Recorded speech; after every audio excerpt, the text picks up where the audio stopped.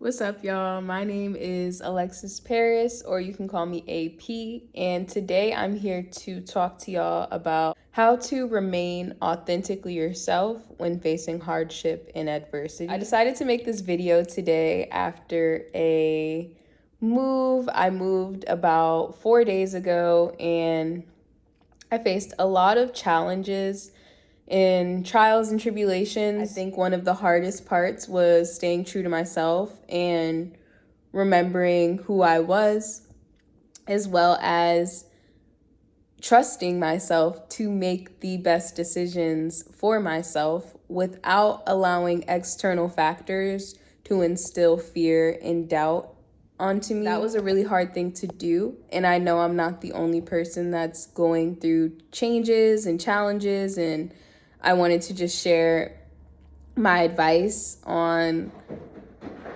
how to come back to your sense of self when dealing with turmoil and chaos. So being as I'm someone that had just encountered this, it wasn't easy for me to make this video. The reality is, when you make changes in your life, there is no guarantee that anyone else will see the vision, because the vision is typically only shown to you, and the responsibility to execute the vision is typically only given to you.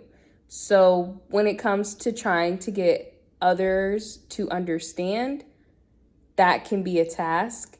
And sometimes others are not meant to understand what is destined for you. And the harsh reality is, sometimes that disconnect in what you see for yourself and what others see for yourself can turn into uneven dynamics, relationships abruptly ending, conflict, miscommunications. And when you are in a vulnerable state, it can be really hard to come into contact with energies that don't align with where you see yourself going. And that's not to say that because you make a choice for yourself that everyone should agree, but I think the people that love and care for you will respect your decision if it's something that you stand on. I think it's really hard to stand on decisions when you aren't doing the inner work to really know who you are. And I think that's not something that is talked about enough when it comes to experiencing change. If you don't define yourself, then you allow others to do that. And I allowed others to define who I was during my transition because I lost my sense of self and allowed myself to lose my sense of self because I allowed distraction, I allowed vices, I allowed having fun and just doing all the things to pull me away from my own energy, so much so that it opened space and doors for people who barely knew me to define me based on what they saw, not based on who I was. And while constructive criticism is necessary for growth, I think there's a big difference between that and just people hating. And it can be hard to discern the difference between somebody projecting and somebody trying to protect you. Specifically, if you are in a season where you are a little bit disconnected from yourself. And while I have recently done the work to come back in tune with myself, I did lose myself, and it's self-abandonment and it's self-sabotage. And it's easy to do when you don't know what you want, like what you want out of your life, where you're going, what you're doing. My life shifted in a way to where I realized the people that I wanted to come along with me in this journey were not going to make the cut. Is when I really started to abandon myself, because I allowed those energies to remain in my life for the sole purpose of having those connections, knowing that those connections were not going to last. They were not built on foundations that were strong enough to carry me into the next season. And I abandoned myself instead of abandoning those people because I enjoyed the sense of closeness that I felt. And that's a hard pill to swallow, because essentially that's like saying I hate myself and I love this person so much so that I will neglect myself to continue to show up for them, knowing that they don't fit in my next season. When you reflect on that and realize that you actually love yourself, that detachment isn't as hard. But no matter how many years, days, months, whatever that you've known somebody, detaching is still a difficult thing to do.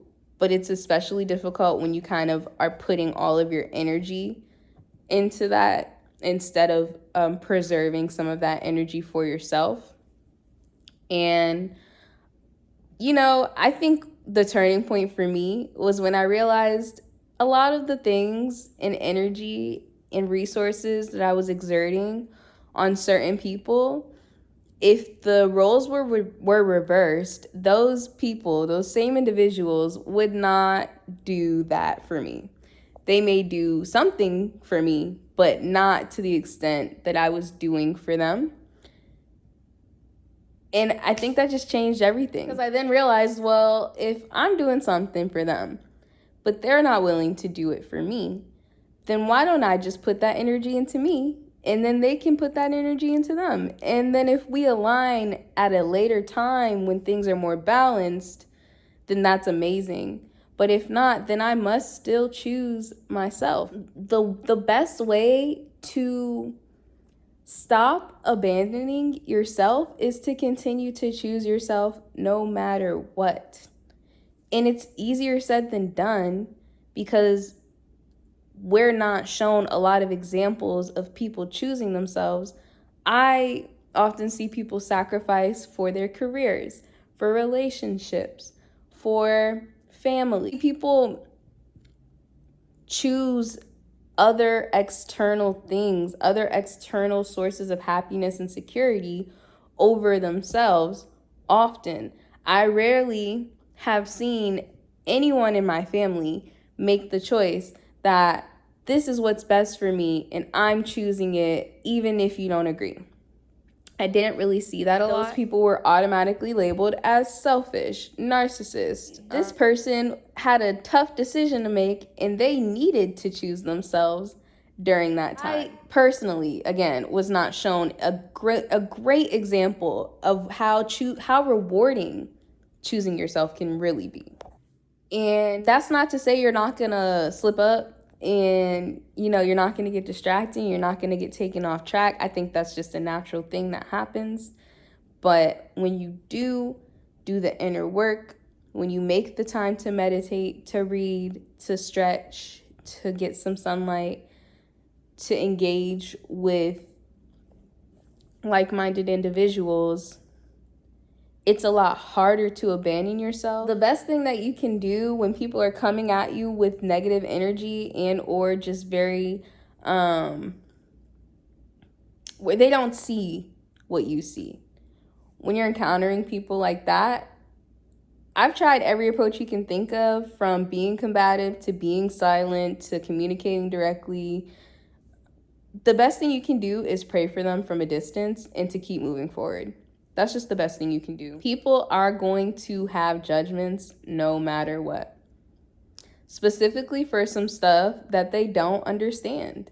So knowing that it's not your job to make people understand things all the time, and sometimes it's okay to be misunderstood. The vision was given to you. It wasn't given to Sally. It wasn't given to Sue. It was given to you. So that means that in order to receive, you must continue to know yourself. And in order to continue to know yourself, you must do the internal work. And the internal work looks different for everybody, but it must be done. Sometimes too much feedback can intertwine with your own thoughts and you can start holding on to these thought processes that don't really align with you all the way. Or it can change your perception of self, which is even worse because now you have to do extra work to get back in tune with yourself. It's not worth it. It's not worth it. No connection, no external expectation, no external validation is worth losing yourself to the point to where you kind of have to start all over just to figure out who you are. So I don't want to go into circles with this. I just want to say that making change is necessary, that if you are feeling called to do something different, then you probably should do that. No matter if you have 30 people behind you cheering for you and supporting you, or if you have nobody cheering for you and supporting you, I encourage you to still make that decision for yourself. Trust yourself to take care of yourself, to nurture yourself.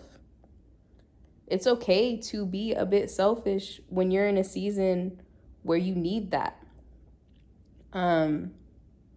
It's not okay to abandon yourself in a season where others are choosing to do that. When people abandon you, it speaks more on their capacity. It doesn't speak on your overall value and how valuable you actually are. It speaks on the person, not you. If you're somebody dealing with change and you're dealing with a lot of external factors that are pulling you outside of your own energy, at least 10 minutes a day, I encourage you to spend time with yourself in silence if you can, or engaging with a loved one that you know has your back. Getting outside in nature, getting in the sun, whatever you need to do to remember who you are. Because remembering who you are is how you can continue to move forward in the proper direction. But we can't keep forgetting. We can't keep allowing people access to us that are causing us to forget who we are. Boundaries must be set at that point. And choosing somebody else over choosing yourself is not heroic. It's neglect. And I encourage you not to do that. Specifically, if you are in the midst of trying to do better, I encourage you to execute. So if you made it this far, thank you. I hope this helped anyone who's going through a transition and who just has a strong desire to stay connected to themselves despite facing whatever kind of adversity or challenges that you are facing. I pray that your situation improves. I would love to guide you through a 5-minute meditation just to get our energies back on track and to leave you in a good space. So if you're ready to get into a meditation with me, then stay tuned. So we'll just start by closing our eyes, and I'm going to give us a minute of silence to really get in tune with your own breath and your own body.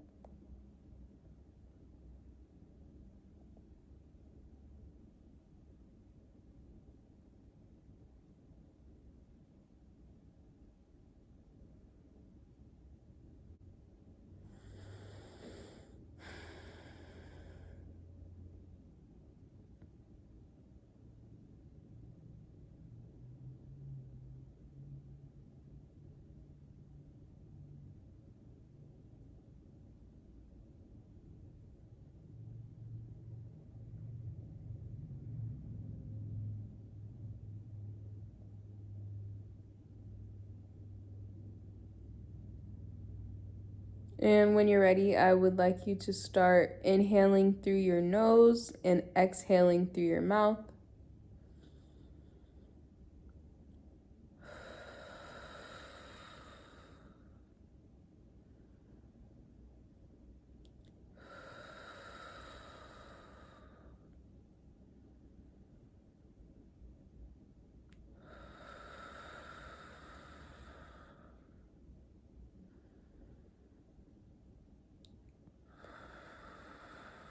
Maintaining your natural rhythm, your natural breath.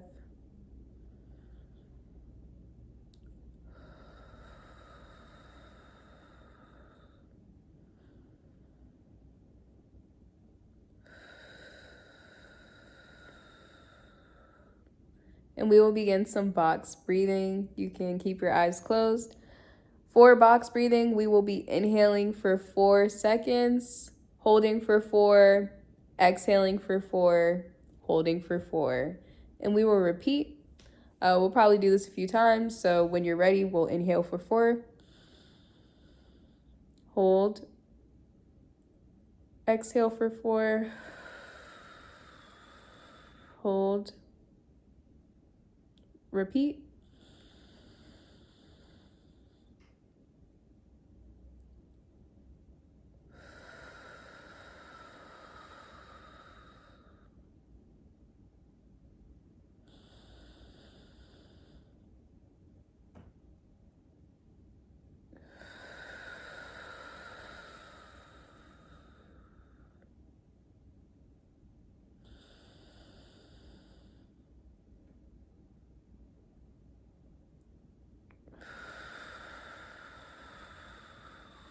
We'll do about 3 more like this.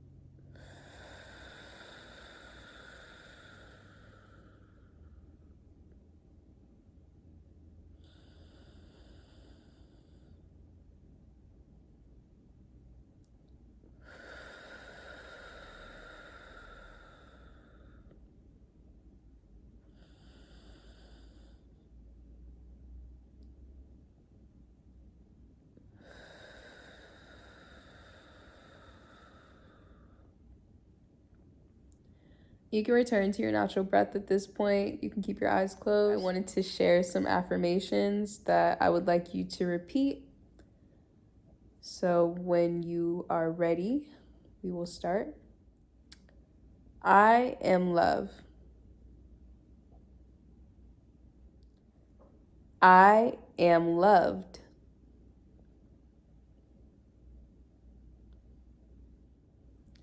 I am capable of accomplishing my goals.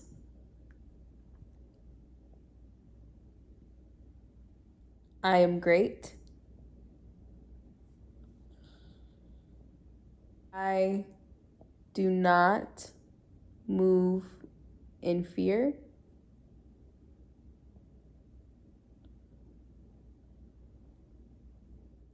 My past does not define me.